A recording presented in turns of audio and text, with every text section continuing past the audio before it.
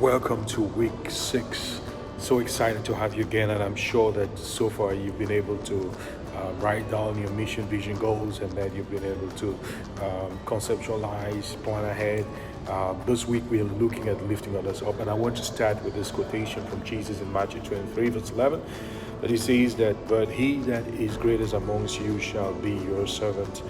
So the servant leader's greatest or principal goal is what? To add value in the lives of others, to be a servant to others.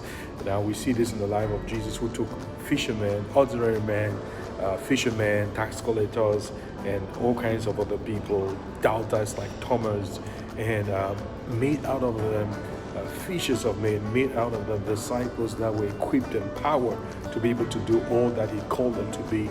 Our desire, therefore, our goal as servant leaders should be to make people better.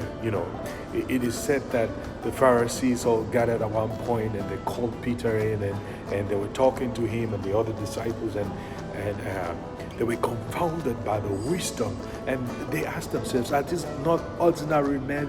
Like people from whom we should expect this kind of wisdom and knowledge and understanding?" And then they noted that they had been with Jesus. So Jesus made the difference in their life. Jesus brought value in their lives and took them to another level. So as a servant leader, you are also called to do the same, to add value in the lives of others, to take them to the next level. And that's why I said moms are the best leaders, because they are truly great. And why are moms great? Because they add value in the lives of others. When you add value in the lives of others, you lift them up. Now, how do we add value in the lives? The first thing, of course, you cannot give what you do not have. I cannot talk about physical fitness if I'm not physically fit myself. I can't talk about spiritual, being spiritual if I'm not spiritual myself. I cannot talk about, any subject whatsoever if I don't plunge myself in that subject. So first thing is add value to yourself, all right? And do something. Don't sit and just say, I don't know how to speak foreign languages. Learn it. Why don't you learn it? Don't just say, I'm not physically fit. Well, you can change that. There are things which you can change. You can decide today that you will start doing the right things that will help you. You can break the bad habit of eating foods that will make you sick, and eat more healthy. Now, in addition to adding value to yourselves, learn, spend time in God's Word, grow in your understanding of the world as a whole.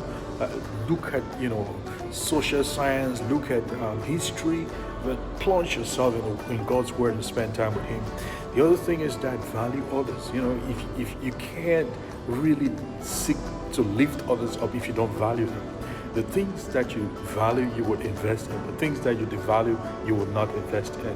So value others. Look at the people in your sphere of influence, and just basically think about your role as a steward. As a steward, you're called to be able to pour into their lives and lift them up. But that comes with you holding them in esteem and seeing that these are precious people that God has given me for a purpose, and that I need to be able to pour into their lives and add certain value within them.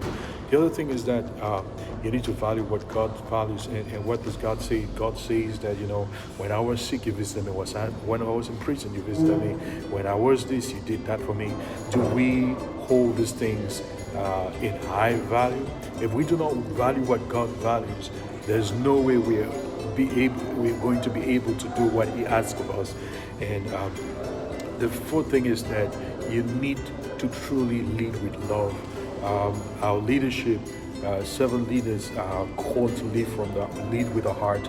Remember when we talked about the influence versus authority, and we talked about the building your emotional intelligence. One of the things we said was that you need to lead with empathy. You need to put yourself in the shoes of others. So leading with love requires you putting yourself in the shoes of others, understanding what they're going through, and being able to define how you can contribute in the lives to make them better. So again, take time to go through this week's assignment and do it faithfully, and ensure that you're posting that new blog this week. And again, continue to lift others up, for that is why you are a servant leader. God bless.